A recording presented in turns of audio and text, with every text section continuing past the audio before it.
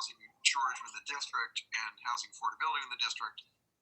It seems to me that whatever we can do to move things along more quickly would be greatly appreciated. And even if there are short-term, more targeted measures that could be implemented, I think that would be a welcome development. Basically, I don't really want to have another case like we have on us right now. I'm not sure, is that, something going on there. I understand, right outside my window, but anything that can be done even in a targeted way that would avoid us getting into the kinds of cases like we had last week where, many people who are concerned about the project were concerned about issues that were not part of our review. And in fact, I would go so far as to say that I don't really even want to have any more cases like that until we have begun to address that. Now, that's not really an OP issue. That's more of a off-zoning issue and when things get scheduled. I would just echo Commissioner May's comments. I think last week's case was very painful. We find ourselves trying to do the best for the community and trying to, the mayor's got objectives to do with housing. She wants affordable housing, but we feel like our hands are handcuffed in a way. Even though we can make arguments, comp plan arguments for why they need to do this, it would be better if before we get a design review before us, the affordable housing element, the IZ element, has already been taken care of. In other words, they have to have had something in place before they can do it. Either that or we change the whole process of how we do it. But somehow, strictly a design review in one way is an easier case to look at in one way, but there are always issues that are going to come up that did not necessarily go with the design of the building. It's the impact on the neighborhood in a different sense.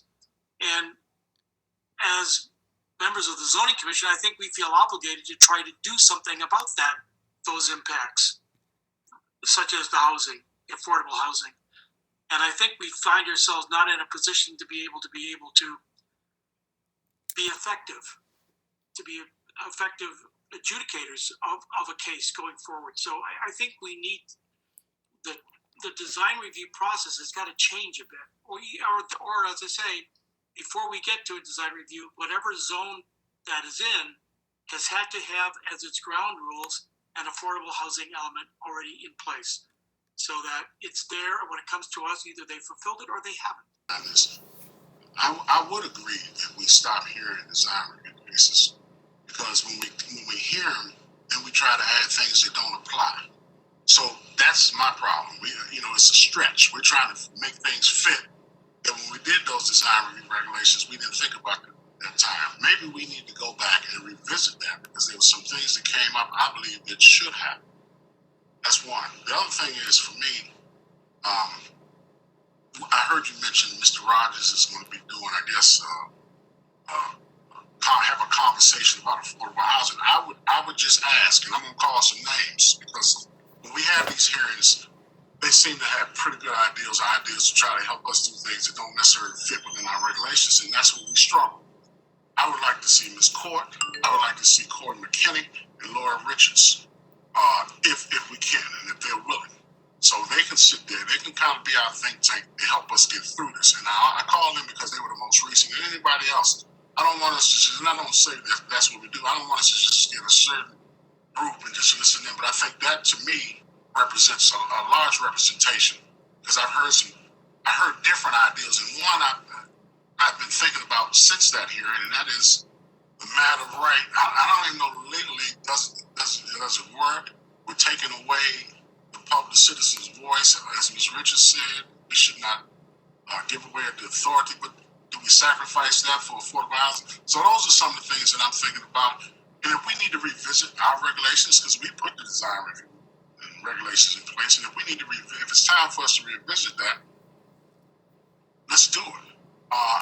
It sounds easy, but as far as what's in our jurisdiction, what's not in our jurisdiction, gentrification, the way I see it now, the courts tell me it's in my jurisdiction. So from what I hear and from what I've been learning from OAG and others, It seems like everything, we have a little more jurisdiction. We just don't use it. So, when they send stuff back to us in those orders, they basically tell us, you didn't look at this. And I know we have one order, you didn't look at gentrification. You didn't consider this. So for me, everything's open. So I know we got a lot of different varied views just from the 5 commissioners, Ms. Steingasson. But the Office of Plan has always come through with something for us, and I know you're not going to let us down there.